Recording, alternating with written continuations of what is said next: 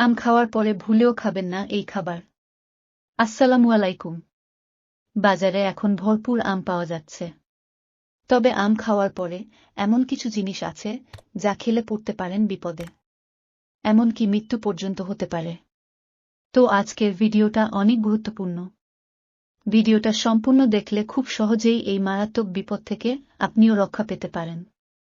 আর এমন গুরুত্বপূর্ণ ভিডিও প্রতিদিনই আমার চ্যানেলে আপলোড হয়। আশা করি ভিডিওতে একটা লাইক দিয়ে ভিডিওর পরবর্তী অংশটুকু কন্টিনিউ করবেন। নানা পুষ্টিগুণে ভরপুর গ্রীষ্মকালের সবার পছন্দের একটি ফল আম। আমে আছে প্রচুর পরিমাণে carotene, vitamin B, vitamin C, iron, calcium ও খনিজ লবণ সহ শরীরের জন্য প্রয়োজনীয় বিভিন্ন পুষ্টি উপাদান। তবে আম খাওয়ার পরে কিছু খাবার খেলে পড়তে পারেন মারাত্মক স্বাস্থ্য ঝুঁকিতে।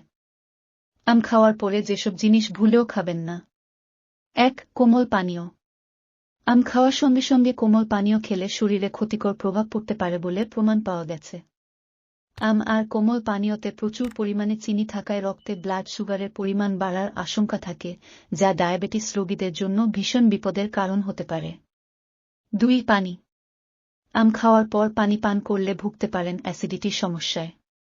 হতে পারে পেট ব্যথাও। তাই আম খাওয়ার অন্তত আধ ঘন্টা পর পানি পান করা উচিত। বিশেষজ্ঞদের মতে এই ফলের মধ্যে প্রচুর হাইড্রেটিং শক্তি রয়েছে যা আপনার তৃষ্ণা নিবারণের জন্য যথেষ্ট।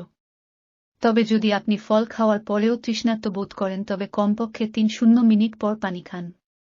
বেশিরভাগ চিকিৎসক এবং ডায়েটিশিয়ানরা ফল এবং পানির মধ্যে ৪-০-৫-০ মিনিট ব্যবধানের পরামর্শ দেন। আপনি যদি বেশি তৃষ্ণার্ত বোধ করেন তবে ফল খাওয়ার ৩০ মিনিটের পর ১ বা ২টি চুমুক পান করতে পারেন। ৩. দই। আমের সঙ্গে ভুলেও দই মিশিয়ে খাবেন না। কারণ দই আর আম একসঙ্গে শরীরে বিরূপ প্রভাব ফেলতে পারে। এতে চামড়ায় অ্যালার্জি হতে পারে। হতে পারে হজমের সমস্যা, এমনকি পাকস্থলিতে বিষক্রিয়াও হতে পারে এর থেকে। ৪. করলা। আম খাওয়ার পর কখনই করলা খাবেন না। খেলে বমিভাব হতে পারে।